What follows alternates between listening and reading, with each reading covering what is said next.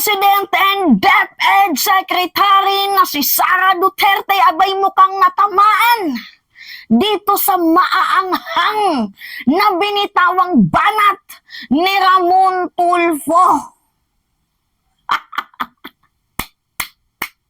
Literal talaga guys na bato-bato na lang sa langit ang matamaan ay wag pong magagalit. But if the shoe fits, wear it, bitch.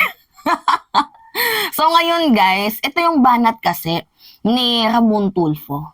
Tinawag pong walang delikadesa itong si Vice President and DepEd Secretary Sara Duterte as well as yung kanyang ama. At hindi lang naman po guys, itong si Ramon Tulfo ang tumitirada sa kanila. And I think na itong si VP Inday masyado nang apektado dito sa mga taong nagsasabi na resign, Sara, resign. Wala kang kwentang DepEd Secretary, ganyan-ganyan. So meron na naman pong panibagong video. So alam nyo naman guys, pag naglalabas ng video itong si Inday, another form of drama. 'Di ba? So i-uplift niya naman yung sarili niya na parang siya yung totoong biktima. So ngayon guys, meron pong video itong si VP Inday. So pagtatanggol na naman po sa kanyang sarili na hindi daw siya ang problema. Kaya wala daw po dapat iresolba sa kanya. So meaning to say pala guys, alam na ni VP Inday na itong mga mamamayang Pilipino gusto na siyang ipag-resign. Kasi nga guys, apektado siya eh.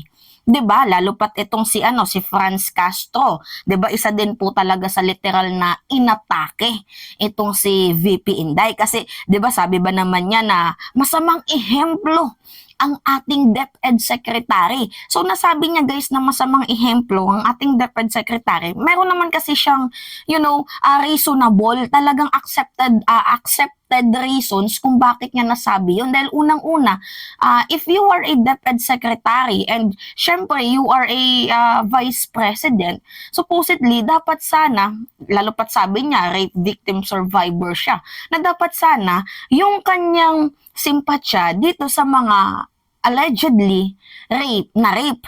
'Di ba? Hindi yung nandun siya sa simpatya ni Pastor Apollo Quiboloy. So, ano ba yung ibig sabihin nun na sumaside siya, 'di ba? Sumaside siya dito kay Pastor Apollo Quiboloy. So, it only means guys na parang sinusuportahan niya itong mga hindi magagandang gawain na ginawa na ngayon dinidinig na sa kaso kay Pastor Apollo Quiboloy. And by siding dito sa components ni Apollo Quiboloy, parang pinapatunayan nga ni VP Inday na totoo itong ginagawa ni First Lady and ni President Marcos na nagsisex orgies daw sila, drug dealer, nagnanakaw sa kaban ng bayan. 'Di ba? Kasi yun po yung pinalabas na maanghang na salita ni Quiboloy doon sa kanyang voice video message. 'Di ba? So kapag sumaside ka kay Quiboloy, parang umaagree ka na dito sa mga sinasabi niya na may presidente tayong adik, nagnanakaw sa kaban ng bayan, nagsisex orgies, nag-arkila ng voodoo, 'di ba mga ganyan. So now, hindi lang naman kasi si Franz Castro din ang tumirada dito kay Inday na dapat mag-resign ka na, ganyan-ganyan. Although itong si Mon Tulfo, isa po sa tumirada, hindi niya naman sa pinagre-resign itong si Vice President Sara Duterte, but makikita nyo sa kanyang ginawang tabloid na parang sinasabi niya wala kang delikadesa. So pag wala kang delikadesa, bakit ka pa nandiyan sa pwesto mo? 'Di ba dapat mag-resign ka na lang. Kasi wala kang delikadesa eh. Kasi aniya pa nga ni Mon Tulfo, nung walang ating Pangulo, ikaw po ay caretaker ng bansa. Kasi nasa official trip visit itong ating presidente. Pero ano yung ginawa mo? 'Di ba na instead magpalaganap ka ng katahimikan, 'di ba? Magpalaganap ka ng peace, 'di ba, dito sa ating bayan. Pinangunahan mo pa itong prayer rally, 'di ba? Pinangunahan mo pa itong paghihimutok. So tama ba 'yun? So ngayon nga guys, tinawag niya itong walang delikadesa. So ngayon nga guys, dahil nga paparami ng paparami and also yung mga katulad nating vloggers, 'di ba? may pagkundina sa ginagawa ni VP Inday kasi talaga nga namang mali, guys, 'di ba? If you are a vice president and DepEd secretary and sabi mo na din you are a rape victim survivor, then bakit ganito yung ginagawa mo? Parang taliwas kasi if you are a rape victim survivor, supposedly meron kang advokasya, 'di ba? Na i-uplift yung rights ng ating mga kababaihan and to protect the children, the minor, especially you are a DepEd secretary. Kaya nga guys, parang napaka-double standard ni VP Inday na rape victim survivor siya, pero at the end of the day, yung kanyang ginagawa is sinusuportahan niya yung allegedly rapist. 'Di ba? So ngayon nga guys, ito nagkaroon na naman po guys ng another time itong si Vice President. Wait lang. Bago natin i-play. So nagkaroon po guys ng time na naman itong si Vice President Sara Duterte para na naman po ipagtanggol ang kanyang sarili. So buti ka pa dinedepensahan mo yung sarili mo, no, samantalang si former Vice President Leni Robredo noon, kahit anong batiko sa kanya, never siyang nagsalita sa mga batiko sa kanya. Patuloy lang siya sa kanyang ginagawa, guys. 'Di ba? Yung sinabihan siyang walang kwentang VP, lugaw-lugaw, ganyan-ganyan. Hindi niya pinansin 'yun. Ang ginawa niya, patuloy lang siya sa kanyang trabaho kahit kulang nga yung budget ni former Vice President Leni Robredo sa pagiging OVP. Tapos hahanapan nyo, anong nagawa ni Leni, ganyan-ganyan. Paano may magagawa ang isang tao na hindi naman binibigyan ng budget? 'Di ba? So ngayon guys, ito yung video ni VP Sara Duterte ng kanyang pagiging hipokrita. So panoodin natin. Mga kababayan, politics is a matter that I have not discussed with former President Rodrigo Duterte, nor have I discussed my positions on national issues with President Ferdinand Marcos Jr. On separate occasions, the President and the former President similarly expressed concerns over my well-being. I assured them that I would take care of myself as I carry out my duties and responsibilities as Vice President and the Secretary of the Department of Education. Carries the responsibilities, the duties as a vice president. Guys, nakikita nyo yung pag-care niya, 'di ba? Yung pagtatrabaho niya as a VP. Nararamdaman niyo yun, guys? Kasi ako wala talaga akong nararamdaman. Ang dami niya pang pasikot-sikot, ang dami niya pang patumpik-tumpik. Sasagutin mo na lang yung tanong kung magre-resign ka ba sa DepEd Secretary or hindi. Napakasimple lang naman kung magre-resign ka or hindi.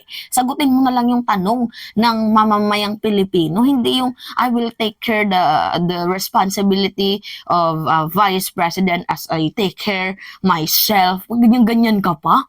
'Di ba? Napaka talaga nila, guys, no? Ang tindi nila mag-manipulate. 'Di ba? Napakatindi. Anyway, ito pa.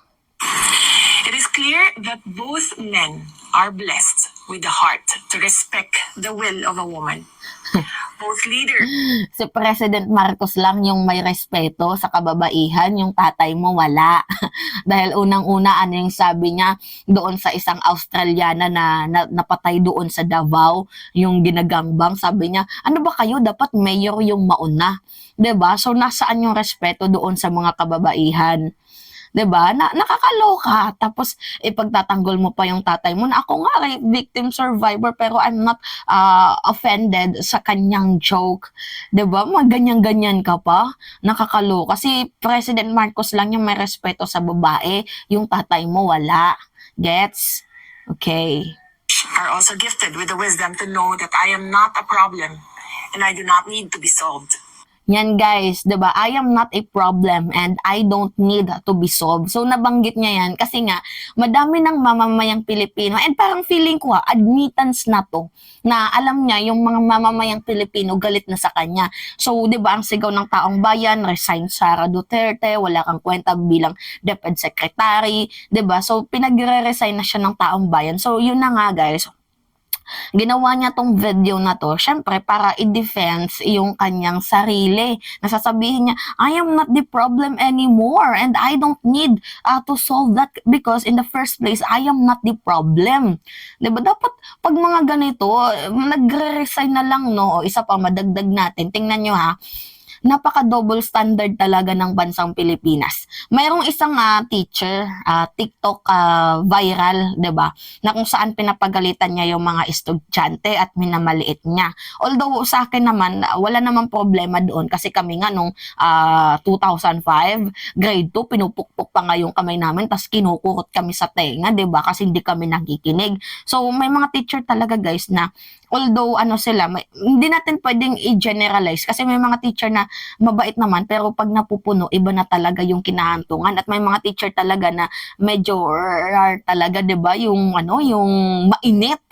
So ngayon guys, para sa akin wala namang masama sa ginawang paggalit ng teacher na yon, yung nag-viral TikTok online. So ngayon nga guys, merong action ng DepEd na parang ipa-resign or tanggalin na lang yung teacher na yon.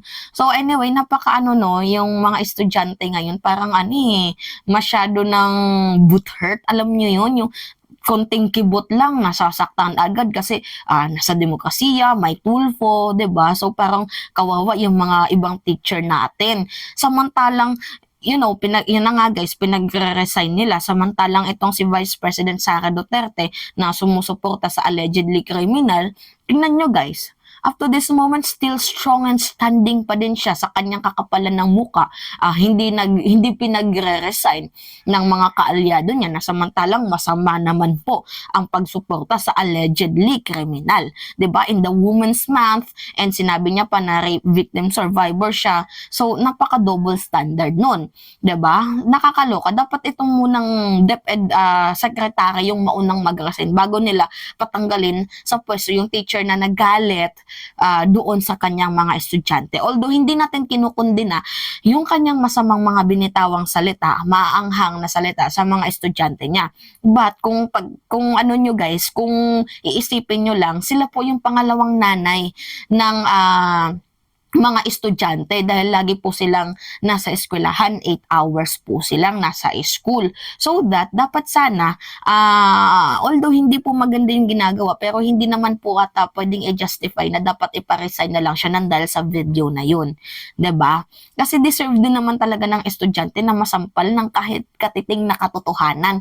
Kasi ngayon guys, masyado ng mga yung estudyante yung tipong konting kibot nasasaktan agad, mga sensitive, which is hindi dapat na nasanay kasi kayo na may tulfo, papatulfo kita. Samantalang kami nga noon lumilipad yung mga sa amin, yung mga chalk, yung tas dati nga guys, naranasan ko na pinalabas pa ako ng teacher ko kasi nga nagdadaldal ako. So, para sa akin, natutunan ko na lesson siya sa buhay ko na dapat makinig sa mga taong mas nakakatanda sa atin, lalo na kung tama naman ang kanilang ginagawa. Kasi it is a guidance na lang sa atin para lumaki tayo ng nasa tamang pag-uugali.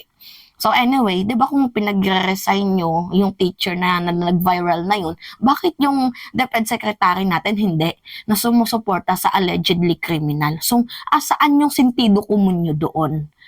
'Di ba? Anyway, Rather, this is the time to focus on the work that needs to be done for the country. Halimbawa nito ay ang kalidad ng edukasyon, ang patuloy na pagtaas ng presyo ng mga bilihin kasama na ng pagkain, at ang isyu ng terorismo, kriminalidad, kawalan ng katiyakan ng ating seguridad at kapayapaan. 'di ba? Nabanggit niya guys yung inflation, kalidad ng edukasyon, about sa terrorism, pero hindi niya man lang nabanggit yung sa West Philippine Sea. 'Di ba? Bakit ba ganon itong si VP Inday? Well, sabi ko naman sa inyo guys, ang kasalanan ng ama ay hindi kasalanan ng anak. So, ang ginagawa kasi ni Inday, parang, dinidepensahan niya and kina-cover up nila yung hindi magandang ginawa ng kanyang ama during Duterte era na kung saan sabi nga ng China, meron silang ni-reveal na itong si former President Duterte ay meron palang secret deal dito sa China na never tayong magdadala ng mga large-scale building materials. So parang kina-cover up nila, no? Kasi never ever nating maririnig na nag-mention si Vice President and DepEd Secretary Sara Duterte dito sa issue ng West Philippine Sea na kung saan dapat ito yung mas pagtuunan ng issue.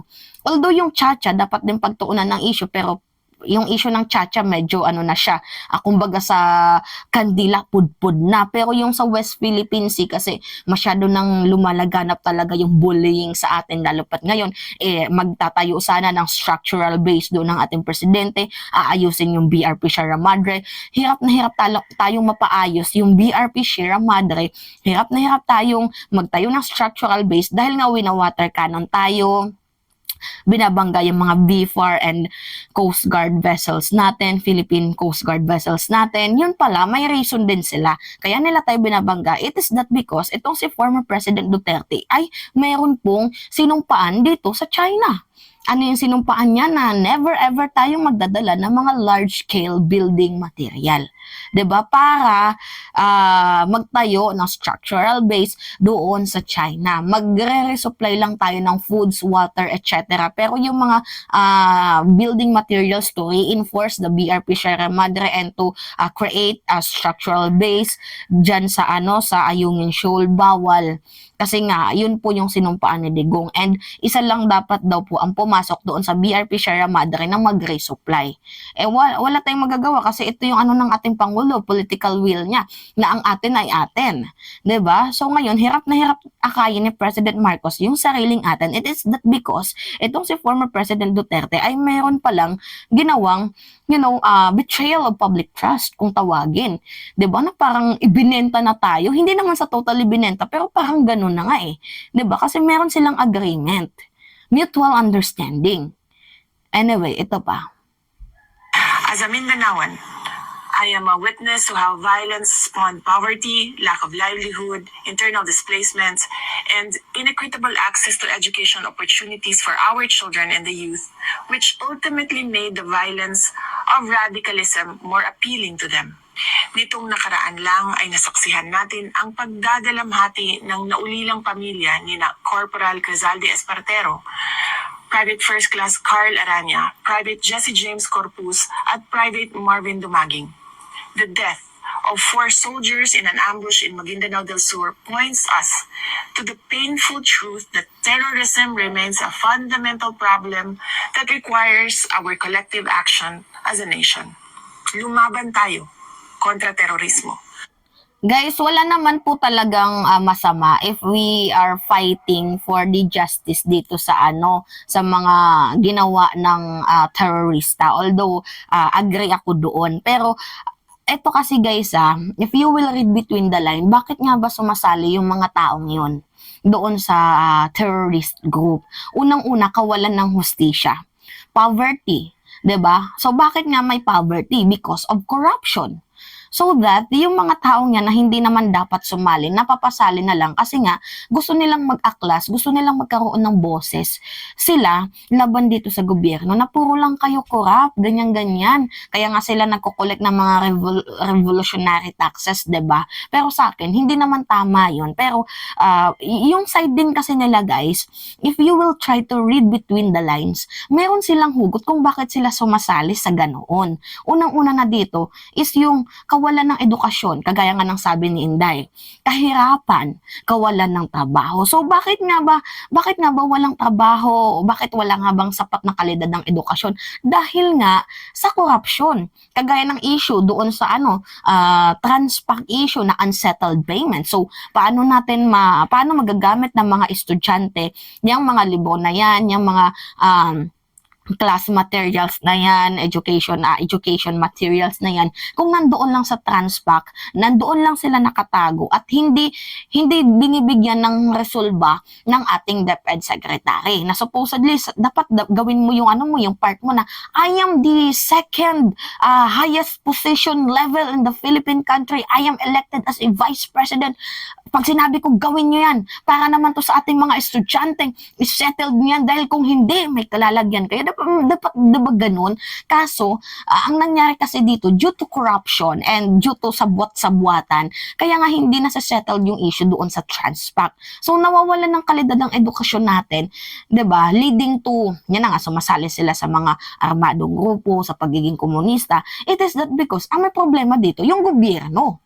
Nagigets nyo ako guys, hindi ko kinukundina yung mga taong yun, pero sumasali sila kasi nga meron silang pinaglalaban at sawang-sawa na sila dito sa gobyernong mapang-abuso. 'Di ba? Kagaya ng extrajudicial killing, humigit 30,000. 'Di ba? Yung allegedly mga nadali, pero according dito sa record ng Philippine National Police, nasa ano lang daw, 20K, 7,000 pala, 7,000. So, 'di ba? They are crying for the justice. So, kaya nga yung ibang mga pamilya ng mga nandiyan, sa sobrang himutok nila, sa sobrang galit nila, sumasama sila sa rally. Pero yung rally na sinasamahan nila, meron po silang hugot. Which is, ano yung hugot nila? AJK, Justice for the Victims, mga ganyan. Yung rally na pinuntahan ni Sara Duterte, napaka-nonsense. Kasi Marcos resign para maupo siya sa pwesto. Ganon, guys. 'Di ba? Nagigets niyo yung punto ko. Hindi naman po aabot yung mga tao, yung mamamayang Pilipino nasasali sa mga armadong grupo, kung maayos sana yung suporta ng gobyerno. 'Di ba? Kasi kadalasan naman, tingnan mo ikaw, ano yung sabi ni Sal Panelo? Duterte in 2028. Ano ibig sabihin nun? 'Di ba? Na political dynasty, lantarang political dynasty. Kung sa Davao nangyayari 'yun, dito sa sa buong Pilipinas bawal 'yun. 'Di ba? Anyway, ito pa. Suportahan natin ang edukasyon ng kabataan, suportahan natin ang ating kasundaluhan sa pamamagitan ng pagbigay impormasyon tungkol sa kalaban. Iakyat natin sa mga lokal na pamahalaan ang pagbigay prioridad sa seguridad natin bilang mamamayan. Maraming mga sundalong Pilipino na ang nabuwis ng buhay para sa kapayapaan ng ating bansa. Guys take note, ako po ay nakikiramay. Baka sabihin nyo, si Mima, sympathizer ng mga ganyang grupo. Guys, ako ay nakikiramay sa nangyari sa pamilya ng mga sundalo. Although kasi yung sundalo kasi, if you are a sundalo, yung kanang paa mo, nasa hukay na yan. Pero, ang tinutukoy ko dito, yung sa part ng mga armadong grupo, hindi naman po yan sila sasali dyan if wala silang valid reason. 'Di ba? Unang-una dito, trabaho, kawalan ng sapat na edukasyon, hindi sapat yung benepisyo na nakukuha sa gobyerno, 'di ba? Yung aso maingay na. 'Di ba? Nagigets nyo ko. So, nainis talaga ako dito sa aso na nakaka-stress. Nawawala tuloy ako sa ko guys, sa sinasabi ko. Yun na nga. Ito na nga guys, 'di ba? Yung mga armadong grupo na yan, meron po yung mga hugot sa kanilang buhay. If sapat naman po yung nakukuha nilang benefits or meron naman pong trabaho. Kaya nga itong si President Marcos gusto nang papapasukin yung yung mga investor, tanggalin yung 60-40, yung economic provision ba natin baguhin so that meron na tayong mga trabaho. So ang problema dito guys, hinaharang nila at nagkikreate sila ng kaguluhan para sabihin na matakot yung mga investor para hindi na mag-invest sa Pilipinas. Alam nyo guys, napakalaki talaga ng issue ng bansang Pilipinas. So dapat sana tayo ay magtulungan. Sabi nga sa logo, sama-sama tayong babangon muli. Pero yung ginagawa po kasi guys ni VP at ng kanyang mga supporters, hindi po pagtulong sa taong bayan, kundi 'di ba? Ang ginagawa nila is pagtirada sa ating sa ating pangulo, which is hindi naman po tama. So, anyway, panoodin pa natin. Dili unta nato sayangon ang ilang kabayanihon pinaagi sa atong pagpakita nga kita huyang atubangan sa kabangis sa terorismo. Unahin natin ang Pilipino, unahin natin ang Pilipinas. Syukran. Ano ba ang double standard niya na unahin natin ang Pilipino, unahin natin ang bayan? Yung Pilipino na nandoon sa West Philippine Sea na kung sa sa Tagalog naghahanap buhay, 'di ba? Bakit hindi mo man lang maidepensa? Unahin ng Pilipino pero mas inuuna mo yung mga issue na hindi naman dapat. 'Di ba katulad ng pag-attend sa rally, na instead sana yung pagkakataong yun, maghimotok ka, tulungan ng gobyerno ukol dito sa nangyayaring pambubuli sa West Philippine Sea, pero ano yung ginagawa mo? 'Di ba? Ang ginagawa kasi ni Inday guys, parang parang sinasabi niya, ako po ay isang black propaganda victims. Ko ng demolition job. Parang gusto niyang palabasin sa sarili niya na siya po ay yung totoong biktima, pero yung totoo, sila po guys yung may kasalanan dito. 'Di ba? Nagigets nyo ko yung unahin daw ang bayan, unahin ang Pilipino. Pero bakit dito ka nag-stick sa ibang issue? Although wala naman pong problema sa sinabi niya na unahin ang kalidad ng edukasyon. Pero guys, if we talk about that matter, unahin ang kalidad ng mga edukasyon, ano yung problema nyo sa Transpac na up to this moment, hindi nyo pa din ma-solve? 'Di ba? Unahin natin ang kalidad ng edukasyon, pero inuuna mo yung ibang issue, yung pagsuporta dito sa allegedly criminal. Tama ba yun? 'Di ba? Napaka-double standard talaga. So ngayon guys, kaya siya napasalita niyan kasi madami nang tao ang kinukundina itong si Vice President and Deputy Secretary Sara Duterte. Lalo pat madami nang nagsasabi na Sara resign, Sara resign. Nasasabi nila yon because of a certain reason.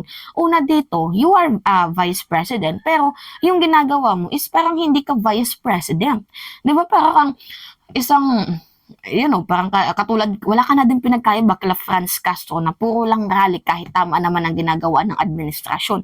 So, kung masahol sila Franz Castro, parang mas nagiging masahol ka pa sa kanila. Ayaw nyo sa mga armadong grupo, ayaw nyo sa mga, yun na nga, taga-bundok, pero yung ginagawa nyo ay parang ganun din sa kanila. Wala kayong pinagkaiba. Nagigets nyo ba ako guys? Ayaw nila sa mga armadong teroristang grupo, ayaw nila sa mga nagrarally, pero yung ginagawa nila, parehas din sa ginagawa ng mga grupong ayaw nila. Nakikipaglaban daw sila sa mga CPP, pero yung ginagawa ng CPP, ginagawa din nila. 'Di ba? Buti pa nga itong mga CPP, NPA, NDF kapag nagrarally sila, mayroong reason. 'Di ba? Na taas ng itaas ang sweldo, presyo ng bilihin, ibaba, may mga reason sila. Samantalang ito, nagpe-prayer rally, ginamit pa yung salitang prayer rally. 'Di ba? Na supposedly yan po ay sagradong banal na salita kasi kapag prayer rally, parang hindi parang nag-worship ka talaga. Nagsasamba ka sa puong may kapal, nagtitipon-tipon kayo. Pero yung ginagawa nila, binabastos nila ang salitang prayer rally. So yun na nga guys, ang ginagawa nila, nagpe-prayer rally sila, pero yung totoo, rally lang naman. Tapos, ano yung pinaglalaban nila doon? Marcos resign. Tama ba yun? 'Di ba? Napaka-double standard nyo talaga. So anyway, napahaba yung video natin ngayon kasi gusto kong ilabas yung sama ng aking loob ba guys. Kasi sobra na to si VP, sobra na. So, okay, it's me again guys, si Mima Alicia nyo. Nagbabalik ulit para sa ating panibagong video.